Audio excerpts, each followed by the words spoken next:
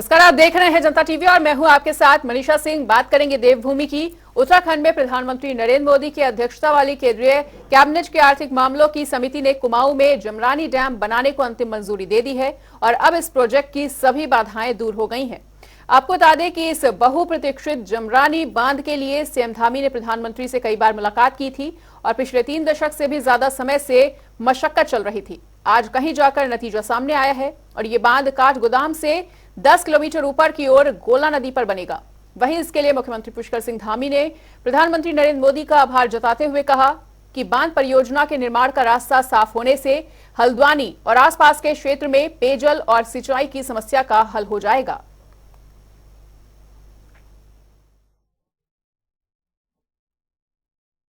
Jamrani dam जो हमारा multipurpose project है, ये उत्तराखंड में प्रधानमंत्री कृषि सिंचाई योजना के साथ जोड़कर इसको देखा जाए तो ये सिंचाई योजनाओं को इससे बढ़ोतरी मिलेगी और सीसीए ने आज इसको PMKSY प्रधानमंत्री कृषि सिंचाई योजना के एक्सिलरेटेड इरिगेशन बेनिफिट प्रोग्राम के अंतर्गत सम्मिलित करने का निर्णय किया है। इसका सबसे बड़ा लाभ होगा कि कृषि योग्य भूमि जो है उसको सिंचाई योजना से जोड़ने का एक बहुत बड़ा बल मिलने वाला है। उत्तराखंड में दिसंबर महीने में होने वाली ग्लोबल इन्वेस्टर्स समिट की तैयारियां जोरों शोरों पर चल रही हैं और सीएम धामी विदेशों में रोड शो के बाद अब देश के विभिन्न राज्यों में भी रोड शो करेंगे। इसी को लेकर चेन्नई में मुख्यमंत्री पुष्कर सिंह धामी का रोड शो होना है, जिसमें उनके साथ कैबिनेट मंत्री सतपाल महाराज भी मौजूद रहेंगे। इस पर बीजेपी प्रदेश प्रवक्ता सुनीता विद्यार्थी ने कहा कि मुख्यमंत्री पुष्कर सिंह धामी राज्य में अधिक से अधिक निवेश को बढ़ावा देने में जुटे हुए हैं। जिस प्रकार से सरकार ने 2.5 लाख करोड़ का जो इन्वेस्टर समिट में हम लोगों ने लक्ष्य रखा है, उसी को लेकर माननीय मुख्यमंत्री जी लगातार जो हैं वो रोड शो कर रहे हैं। विभिन्न उद्यमियों के साथ बैठकर बैठकें हो रही हैं और हमारे नेशनल और इंटरनेशनल दोनों जगह पे हमारे रोड शो और सारी बैठकें हो रही हैं। तो इन कॉन्फ्रेंसेस का एकमात्र उद्देश्य है कि हम अपने लक्ष्य को पूरा करें और चेन्नई में अभी दौरा रहने वाला है। उसके बाद मुंबई में दौरे पे रहेंगे और तमाम हमारे साथ में कैबिनेट मंत्री भी इसमें हिस्सा लेने वाले हैं। तो निश्चित रूप से हम जिस निवेश को उत्तराखंड प्रदेश की आर्थिकी को मजबूत करने के लिए चाहते हैं, वो हम पूरा करने के लिए प्रयासरत हैं।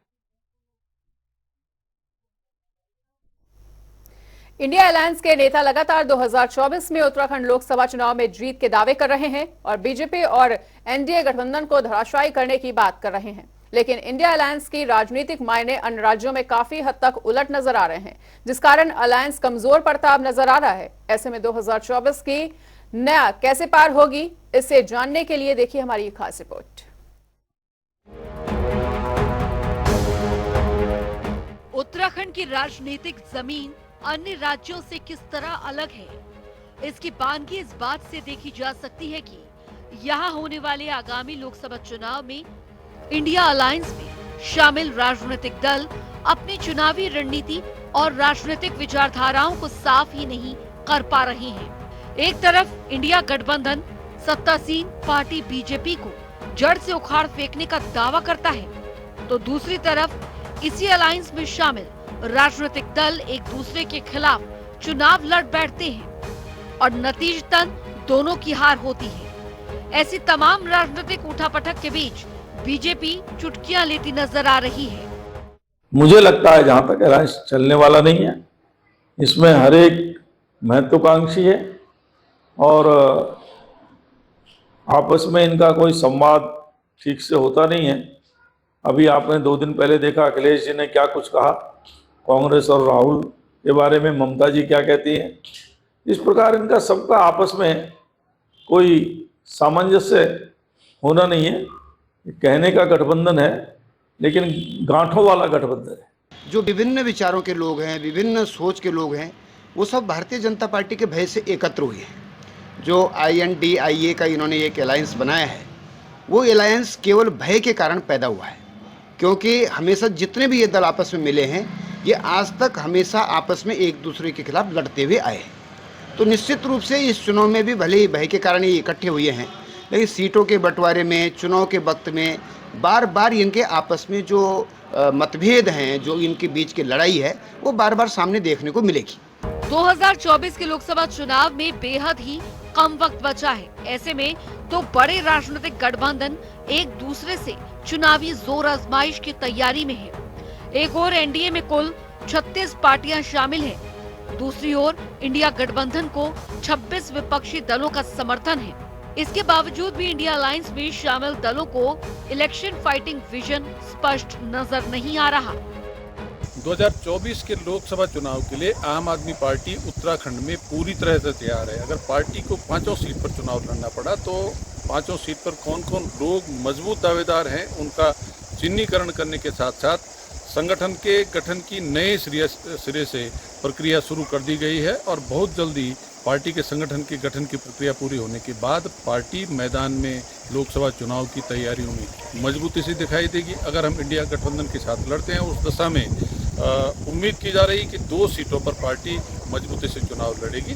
बाकी केंद्रीय नेतृत्व का जो फैसला होगा उस फैसले के अनुसार पार्टी के नेतृत्व के आदेश का पालन किया जाएगा। देखिए, आम आदमी पार्टी के नेताओं का जो दावा है वो अपनी जगह है। वो 2 सीटों पे क्या, वो 5 सीटों पे अपना दावा करें, लेकिन इंडिया अलायंस जो है वो केंद्रीय नेतृत्व के स्तर पर सारे फैसले करेगा और 2 सीटों पर किसे लड़ना है या 5 सीटों पर किसे लड़ना है, ये जो भी फैसला होना है ये राष्ट्रीय स्तर के नेतृत्व पे ही होना है और प्रदेश स्तर का नेतृत्व उनके दावे कर रहा होगा। लेकिन जमीनी जो हकीकत है, जमीन पर किसका संगठन है, कौन मजबूत। ऐसे में सबसे बड़ा सवाल ये कि बीजेपी को सत्ता से हटाने के लिए एकजुट हुई विपक्षी दल जब खुद का ही स्टैंड क्लियर नहीं कर पा रही है तो आखिर 24 में नैया कैसे पार लगा पाएगी। जनता टीवी के लिए देहरादून से नवीन शुक्ला की रिपोर्ट।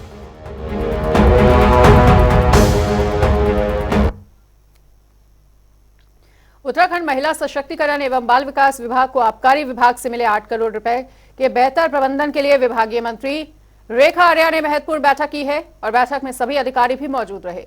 इस बैठक में महिला सशक्तिकरण, स्वरोजगार और सुरक्षा को लेकर अधिकारियों के साथ चर्चा की गई और इस दौरान रेखा आर्या ने अधिकारियों को जरूरी दिशा निर्देश दिए हैं और कहा है कि प्रदेश के कई हिस्सों में नंदा गौरा योजना में परेशानी की शिकायतें मिल रही थी, जिन्हें दूर करने के लिए अधिकारियों को कह दिया गया है।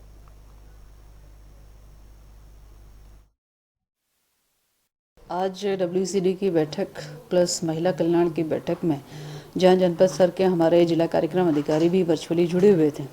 एक विषय लगातार आप लोगों के माध्यम से भी आ रहा था और जिला कार्यक्रम अधिकारियों के माध्यम से भी और क्षेत्र में भ्रमण के दौरान भी ये विषय आ रहा था कि हमारी जो नंदा गौरा योजना है, चूँकि हमने 22 अक्टूबर से उसमें ऑनलाइन आवेदन की प्रक्रिया चालू कर दी है और उस ऑनलाइन आवेदन की प्रक्रिया में चूँकि नंदा योजना के अंतर्गत एक नियम है कि जब बच्ची पैदा होगी विदिन 6 मंथ उसे आवेदन कर लेना होगा और विदिन 6 मंथ उसे जब आवेदन कर लेना होगा तो जो 22 तारीख को हमने नंदा गौरा पोर्टल योजना प्रारंभ करी है ऑनलाइन की, उसमें चूँकि वो जो 6 महीने पूर्ण कर चुके हैं उनके फॉर्म उसमें सबमिट नहीं हो पा रहे थे। इसको लेकर जो है जिला कार्यक्रम अधिकारी भी मार्गदर्शन मांग रहे थे और मुझे भी लगा कि इसको जल्दी से हमें निस्तारित कर देना चाहिए। तो उसको लेकर एक निर्णय ये हुआ है कि ऐसी बालिकाएं जो पैदा हुई हैं और हमारे पोर्टल प्रारंभ होने से पहले जो 6 माह का अपना समय पूर्ण कर चुकी हैं, उनकी हम ऑफलाइन ही उसको मान्यता देंगे, वो ऑफलाइन उनको कंसिडरेशन मिल जाएगा। देहरादून में राज्य गठन में अपनी अहम भूमिका निभाने वाले राज्य आंदोलनकारी 10% क्षैतिज आरक्षण की लगातार मांग कर रहे हैं, लेकिन राज्य आंदोलनकारियों को इसके लिए लंबा इंतजार करना पड़ रहा है। अब राज्य के आंदोलनकारियों के सब्र का बांध भी टूटता नजर आ रहा है, क्योंकि प्रवर समिति का कार्यकाल 2 महीने और बढ़ाए जाने के बाद राज्य आंदोलनकारियों में काफी ज्यादा रोष व्याप्त है। इसके चलते राज्य आंदोलनकारियों ने मंत्री प्रेमचंद अग्रवाल के आवास के बाहर हंगामा और नारेबाजी की।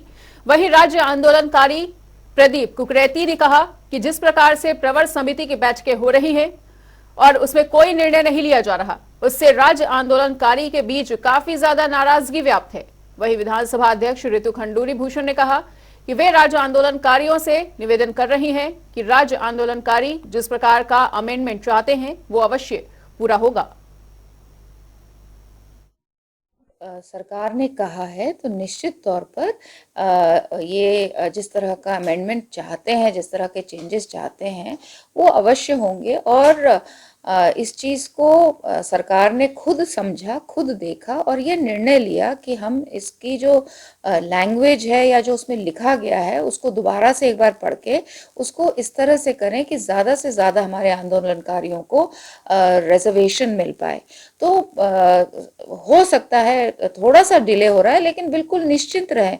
मुझे लगता है कि जल्द से जल्द इस पर हमारी जो समिति बनी है वो निर्णय लेगी और आंदोलनकारियों को उस चीज से फायदा होगा। देखिए, उत्तराखंड राज्य आंदोलनकारी मंच लगातार 10% क्षैतिज आरक्षण को लेके संघर्षरत रहा है। पिछले 10 सालों से पुनर्बहाली के लिए संघर्ष कर रहा है।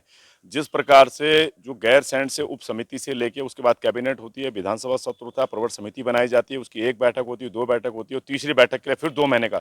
कल जब हमने पढ़ा तो आपातकाल बैठक बुला के सब में आक्रोश व्यक्त था। आक्रोश व्याप्त होने के बाद हमने जो है यहाँ पे अपना आक्रोश व्यक्त करा और प्रवर समिति के अध्यक्ष यहाँ नहीं थे। और अब जब वो आए हैं, क्योंकि उसके बीच में थोड़ा गर्मा गर्मी हुई, क्योंकि हमारी पीड़ा ये थी कि लोगों की उम्र दराज होते जा रहे हैं और ये जब सारी पोस्टें निकल जाएंगी फिर उसका हमारे लिए कोई मायने नहीं रह जाएगा।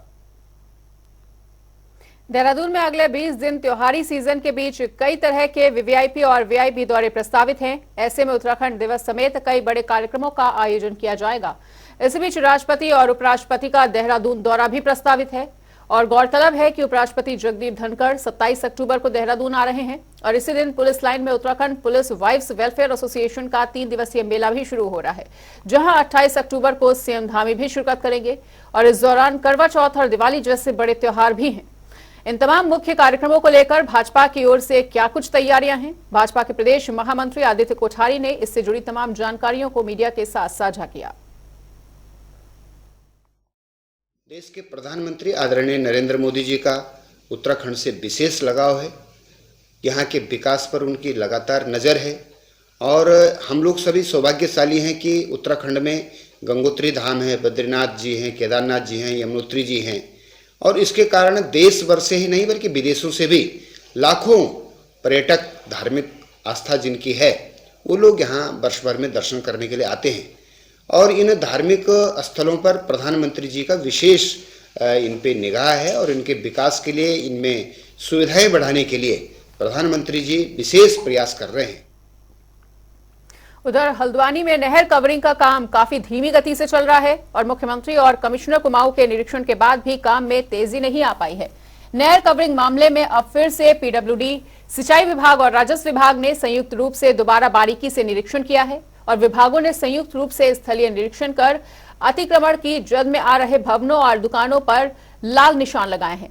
प्रशासन की इस कार्रवाई का स्थानीय लोगों में काफी ज्यादा हड़कंप देखने को मिल रहा है और लोक निर्माण विभाग का कहना है कि नहर कवरिंग काम पूरा होने के बाद यहाँ जो सड़क है उसका निर्माण कार्य किया जाना है और इससे पहले सड़क के दोनों तरफ नालियों का निर्माण होना है।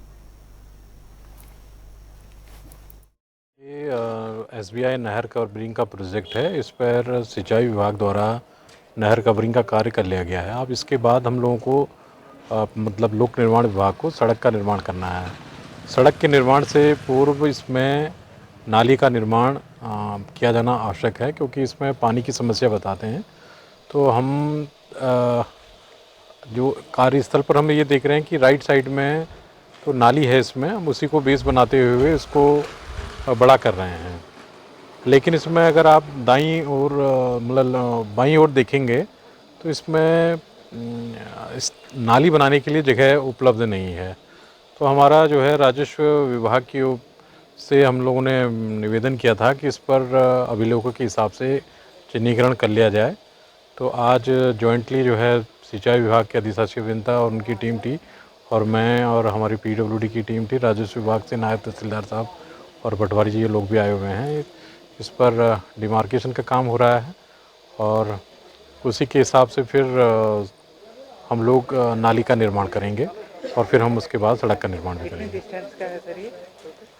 ये करीब इस समय जो सिंचाई विभाग ने 700 मीटर पर काम किया हुआ है, इसी 700 मीटर पर ही हम सबसे पहले नाली निर्माण और सड़क का निर्माण का काम करेंगे। उत्तराखंड के पूर्व मुख्यमंत्री हरीश रावत की कार का देर रात एक्सीडेंट हो गया था और इस हादसे में हरीश रावत बाल बाल बचे। उन्हें मामूली चोटें आई हैं, जिसके बाद तत्काल उन्हें अस्पताल में भर्ती भी कराया गया और हादसा हल्द्वानी से काशीपुर की ओर जाते समय हुआ था, जब उनकी कार हरियाणा मिष्ठान भंडार के सामने डिवाइडर से सीधी टकरा गई। और इस सूचना के बाद मौके पर पहुंचे सीओ बाजपुर भूपेंद्र सिंह भंडारी ने उन्हें बाजपुर अस्पताल में भर्ती करवाया, जहां से उन्हें प्राथमिक उपचार के बाद हायर सेंटर के लिए रवाना कर दिया गया। लोकल अस्पताल में भी ले गए, वहाँ पर डॉक्टर को बुला कर उन्होंने बीपी इत्यादि चेक किया और ये ऐसा नहीं है कि मतलब किसी ने कोई वो किया।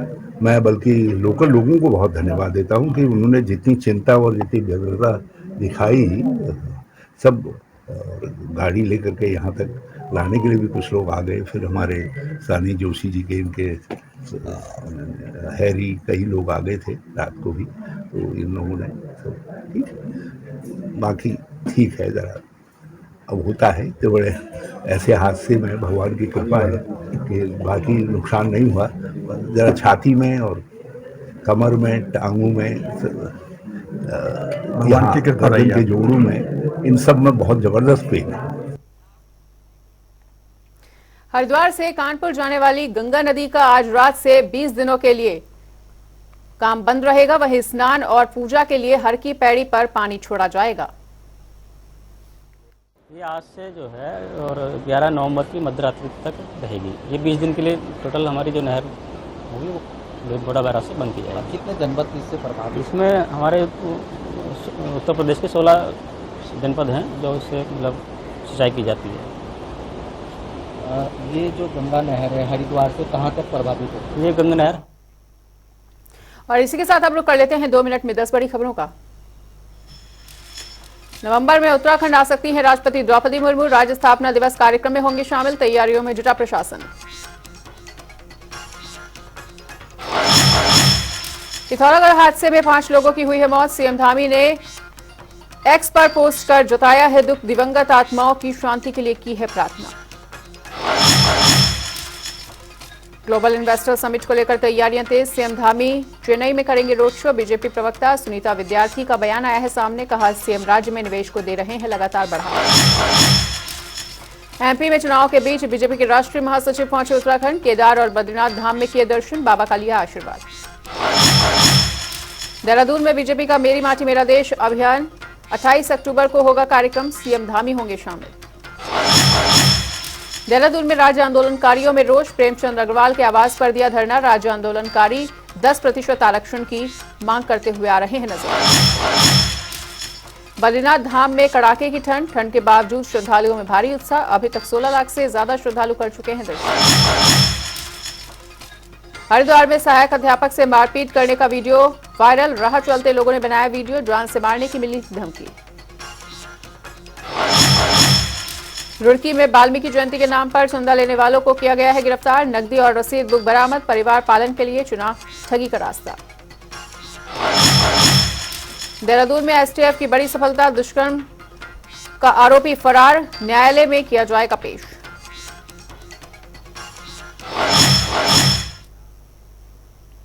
और यहां पर रुकेंगे एक छोटे से ब्रेक के लिए। खबरों का सिलसिला लगातार जारी है, देखते रहिए जनता टीवी।